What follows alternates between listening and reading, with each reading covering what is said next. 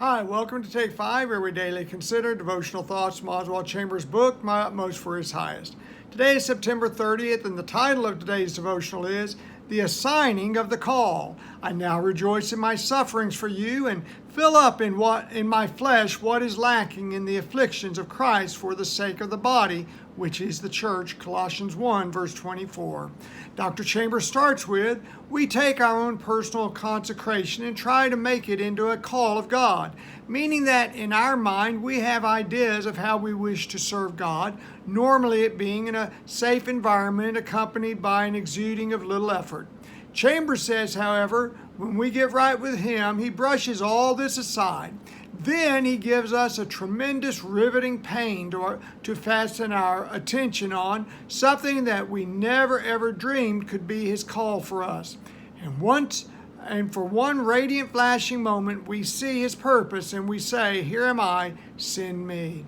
Once God gets us past ourselves, then there's no telling what He could have in store for us as far as His kingdom's work.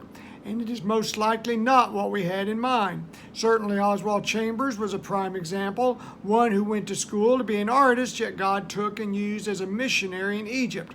Quite a leap between the two.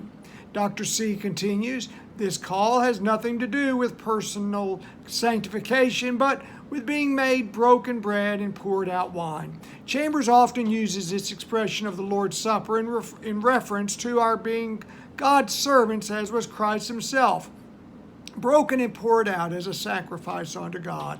Chambers continues, yet God can never make us into wine if we object to the fingers He chooses to use to crush us. Here the professor begins speaking on the drawbacks encountered if we try to make limitations on how God breaks us. We say, if God would use only His own fingers and make me broken bread and poured out wine in a special way, then I wouldn't object. But when He uses someone we dislike or a set of circumstances to which we said we would never submit to crush us, then we object. Chambers reveals that we consider our breaking not being as severe if administered directly by God, yet how would He carry that out? No, our Master uses those around us in the here and now to accomplish the breaking, and often by those whom we dislike. For what better way is there for God to challenge us to love but by those whom we dislike? And uncomfortable circumstances, so to be thankful for surroundings in which we are uncomfortable. O.C. continues, yet we must never try to choose the place of our own martyrdom. If we are ever going to be made into wine, we will have to be crushed. You cannot drink grapes. Grapes become wine only when they have been squeezed. Chambers speaks of matters that possibly aren't even considerations to many Christians of being wine for God that initially starts as grapes who must first be pressed into liquid so to be poured out.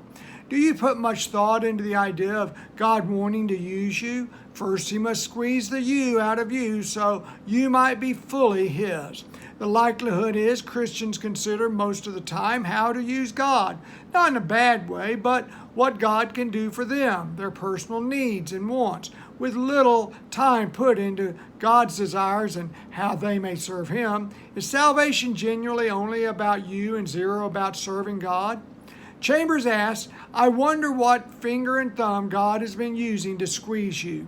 Have you been as a marble, hard as a marble and escaped? Have you been running from God squeezing you out of you through hard times to make you a delicious wine for His service?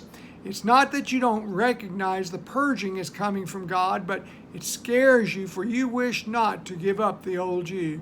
O.C. suggests if you are not ripe yet, if God squeezed you anyway, the wine produced would have been remarkably bitter.